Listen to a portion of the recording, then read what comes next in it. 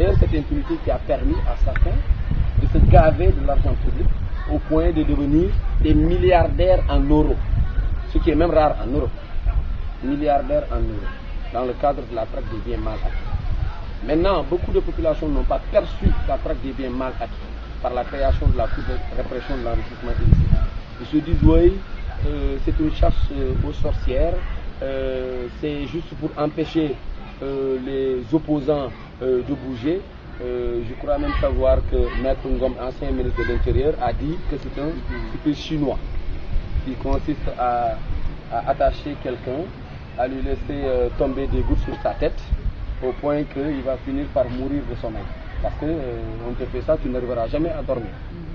Donc, pour faire comprendre aux gens qu'on s'est retrouvé dans une situation catastrophique au moment où l'APR arrivait au pouvoir.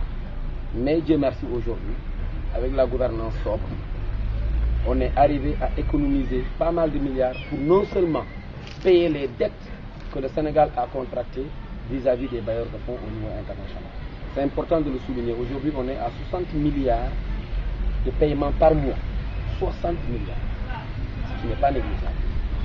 Et bientôt, avec le groupe de contact de la Banque mondiale qui va se tenir, je crois, au mois de septembre, octobre, je ne sais plus exactement la date, le ministre de l'économie en a parlé, le Sénégal compte mobiliser quelque chose comme 5 000 milliards pour faire face aux urgences, c'est-à-dire le désenclavement de certaines zones de production, la réhabilitation de certaines infrastructures, la modernisation d'autres, la construction d'autres infrastructures et par le biais en fait d'une régulation économique arriver à enclencher ce processus qui va consister à faire du Sénégal un pays émergent dans les 5-10 ans à venir. Certains se sont retrouvés en prison, même si beaucoup ne comprennent pas forcément le rôle de la CREI, qui n'a pas été créé par Macky Sall, il faut le préciser, ça a été créé par le président Abdou Diouf quand il est arrivé au pouvoir, mais qu'en le ressuscitant, les gens ont donné la particularité à Macky Sall. Macky Sall n'a fait que remettre sur la table ce qui est tout à fait normal institutionnellement.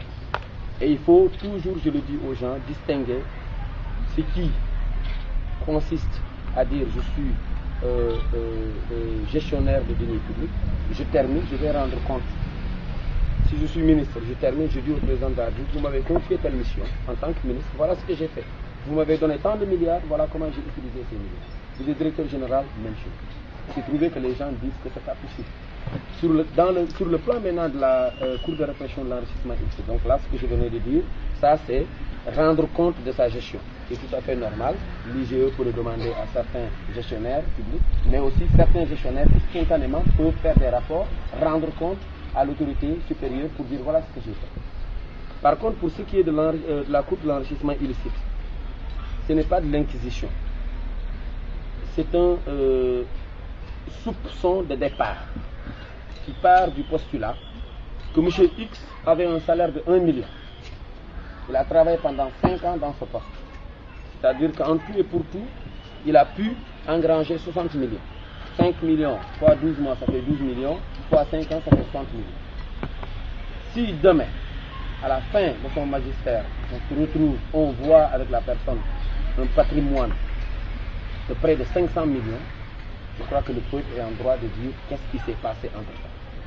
C'est dans ce cadre que la Cour de l'enrichissement illicite agit. Et là aussi, c'est une présomption. Les gens sont présumés innocents jusqu'à preuve du contraire. Innocents dans le sens où on te demande, par une mise en demeure, de prouver les biens que tu disposes. Si tu arrives à prouver que ma maison qui coûte là 200 millions, je l'ai eue par ce canal, par prêt bancaire, tu donnes un justificatif par ce prêt bancaire.